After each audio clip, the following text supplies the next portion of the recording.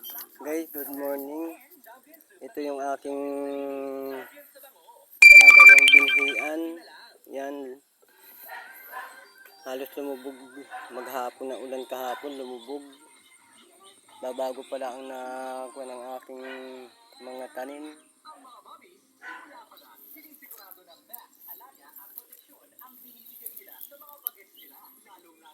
May ilan-ilan din na nabuhay, guys. Ang hirap magbuhay. Tapos gayon naman.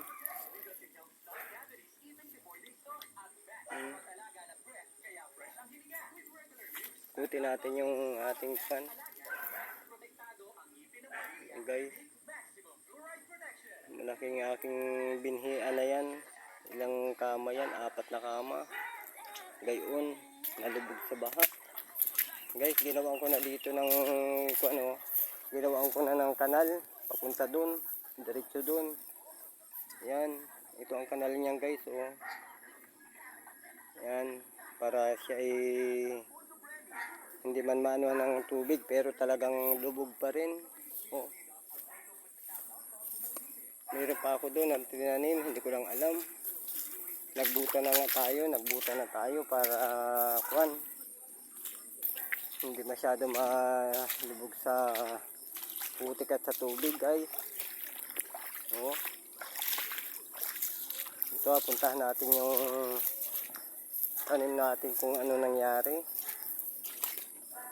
Palibasa nga, medyo ko naman ngayon, kalmado ang taas. Hindi lang natin alam kung ano mangyayari naman maghapon, guys. Ito, guys, oh. Nakakama na yan, guys. Nakakama na.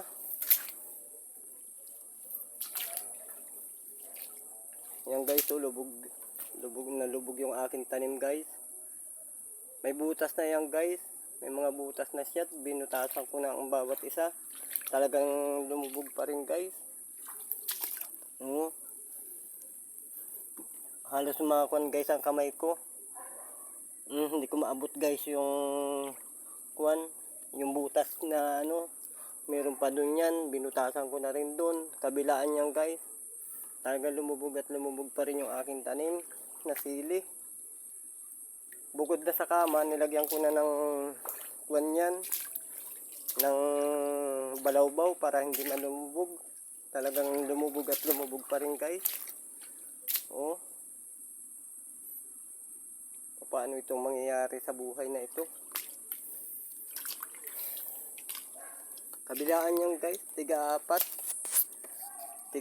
ang yan na butas. Bawat kabila, dalawa sila, bali 4. Paano ito maganda? Halos ang yan, guys, ang taas nitong kama nito ay 1 dangkal ang taas ng kama. Tapos yung ang balawbaw niya nasa 25 cm.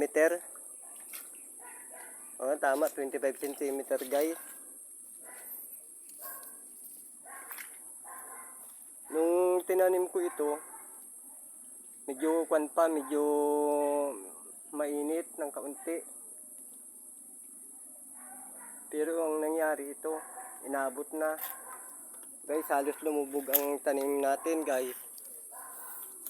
Oh. Nawala na yung kinama natin na 1 dangkal, nawala na. Talagang nilubog talaga niya. Kaya wala tayong mapapala yata dito sa pinagpagura natin. Halos lubog ang mga tanim natin, guys. Ang ukra hindi na gumanda. Ang nangyari